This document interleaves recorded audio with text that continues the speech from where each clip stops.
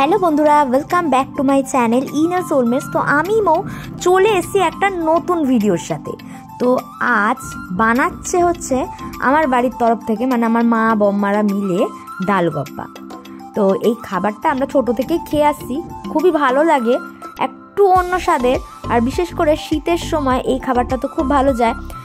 আর যেহেতু পুলি পিঠা রিলেটেড, তার সাথে তো নারকেলের পুর রয়েছে, ছোলার ডাল আর মটর ডাল রয়েছে। তো সব কিছু মিলিয়ে খাবারের টেস্টটা একটু অন্য টাইপের হবে, বেশ নুন নুন ঝাল ঝাল, আর অনেকটা ওই ঝাল পিঠার মতোই লাগে খেতে।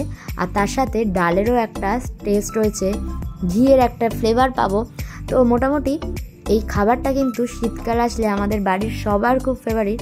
তো আজকে যেহেতু এখন বাড়িতে রয়েছি, তাই মা আর বম্মা মিলে এই রান্নাটা করেছিল। আর রান্নার শেষে ওপর থেকে একটু ভাজা মশলার গুঁড়োও ছড়িয়ে দিয়েছিল, তাই টেস্টটাও বেশ ভালো এসেছিল। তো চলুন রেসিপিটা দেখে নেওয়া যাক।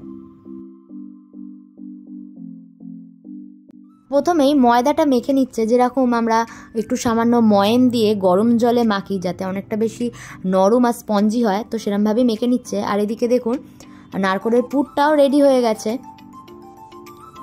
পুর দিয়ে পুলি তৈরি করে তারপর সেটা ডালে ছাড়া হবে, তাই তো? এটাকে বলবে ডালগপ্পা। এটা কি করছে এরকম ভাবে ইয়ে করছে, বাটি তৈরি, বাটি হলো, এরপরে এই যে নারকেল দিচ্ছে, দিয়ে পুলিশ শেপ করে দিতে হবে, তাই তো? মুখটা বন্ধ করে দিতে হবে। আর ওইটা কি ছোলার ডালে দিয়ে দেবে?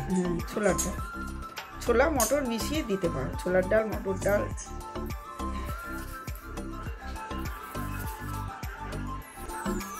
তো এরকমভাবেই এক একটা করে পুলি বানিয়ে নিতে হবে।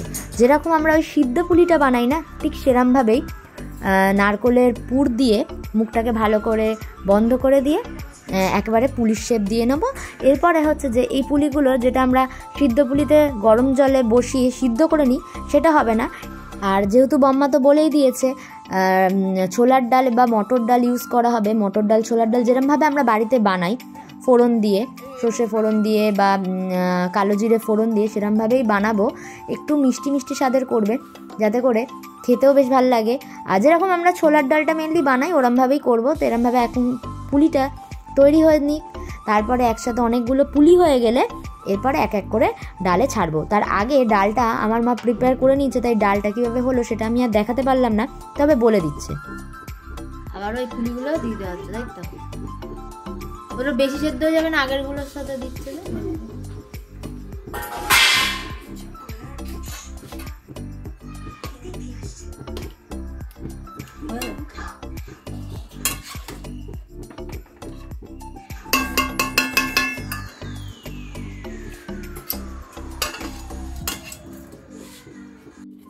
আদা ঘষে দিচ্ছ, আর তার আগে কি দিয়েছো ডালের মধ্যে? ফোড়ন দিয়েছো, ব্ল্যাক কালার, শুকনো লঙ্কা, দারচিনি, এখন আদা দিয়ে দিচ্ছ, কাঁচা লঙ্কা চিড়ে দিলাম। ঝাল ঝাল হয় না খেতে? ঝাল ঝাল মিষ্টি, শুকনো লঙ্কা। তো এবার সব পুলিগুলো ছেড়ে দেওয়া হয়েছে। খুব আস্তে ধীরে এগুলো করতে হবে, নাহলে কিন্তু পুলিগুলো ভেঙে যেতে পারে, ঠিক আছে? যেহেতু কাঁচা আছে, অনেকক্ষণ ধরে এটা এবার পাকাবো, মানে সিদ্ধ হবে। যেটা আমরা গরম জলে সিদ্ধ করি সিদ্ধ পুলির ক্ষেত্রে, এটা আমরা যেহেতু ডাল গপ্পা করছি, তাই ডালের মধ্যেই পুরো পুলিটা দিয়ে দেওয়া হবে। এবার যেহেতু ফোড়ন দিয়েছে, কালো জিরে ফোড়ন দিয়েছে, এলাচ দারচিনি এগুলো তো গেছে, তো এগুলোর যে স্মেলটা, এগুলো কিন্তু ডালের সাথে সাথে যখন এই পুলিগুলো মানে সিদ্ধ হবে তার সাথেও ঢুকে যাবে। হ্যাঁ, ভালো করে ওটাকে অ্যাবজর্ব হতে হবে, আর তার সাথে হতে হতে একটুখানি নরমও হতে হবে। এটা 10 থেকে 15 মিনিটের মতো আমি এরমভাবে রেখে দেবে চাপা ঢাকা দিয়ে। আর খুব লো আছে এটা তৈরি করতে হবে, মানে মিডিয়াম ফ্লেমে, নাহলে কিন্তু অনেক সময় কি হয়, পুড়ে যেতে পারে। যেহেতু ময়দার তৈরি, তো কোটিংটাও পাতলা হয়, তাই খুব সাবধানে হালকাভাবেই এই রান্নাটা করতে হবে, যাতে করে কোনোভাবেই পুলিগুলো এফেক্ট না করে বা ভেঙে না যায়, কারণ পুরটাও তাহলে বেরিয়ে যাবে আর টেস্টটাও সেরকম আসবে না। আর আমি এখানে পুলির সাইজ, মানে পুলির মতো করে শেপ দিয়ে আমাদের বাড়িতে করেছিল। অনেকে কিন্তু খুব সুন্দর করে গোল গোল করেও করে, উইথাউট নারকেল ছাড়া, মানে পুর ছাড়া, সেটাও কিন্তু খেতে খুব ভালো হয়। তো মোটামুটি রান্নাটা হয়ে গেছে। এবার মা একটু ভাজা মশলা তৈরি করবে। এখানে ওই এলাচ আর যে জিরে দিয়ে একটু গরম করে নেড়ে তারপরে মিক্সারে ভালো করে বেটে ওই ভাজা মশলাটা কি করবে, ওপর থেকে একটু ছড়িয়ে দিলে কি হবে, টেস্টটাও ভালো আসবে আর খেতেও ভালো লাগবে। আর সামান্য একটু ঘিও দিল, আর ঘিয়ের স্মেলটা তো অবভিয়াসলি ভালো লাগে, এটার সাথে খুব ভালো যায়। বিশেষ করে আমরা যখন ছোলার ডাল করে থাকি অবভিয়াসলি দিই না ঘিটা, তো এই জন্য যেহেতু এটা ছোলা মটর ডালের সাথে মিক্সড করা, তাই জন্য ঘিটাও দিল আর ওপর থেকে একটুখানি ভাজা মশলাও ছড়িয়ে দিল। তো মোটামুটি আমার ডালগপ্পা রেডি। এবার সবাইকে গরম গরম সার্ভ করব। আর এটা গরম ঠান্ডা দুটোই ভাল লাগে, আপনারা যদি চানও ফ্রিজে রেখে পরের দিনও খেতে, সেটাও কিন্তু ভাল লাগবে। আর চাইলে একটু ঝাল ঝাল করার জন্য আপনারা ওপর থেকে একটু লঙ্কাও দিয়ে দিতে পারেন।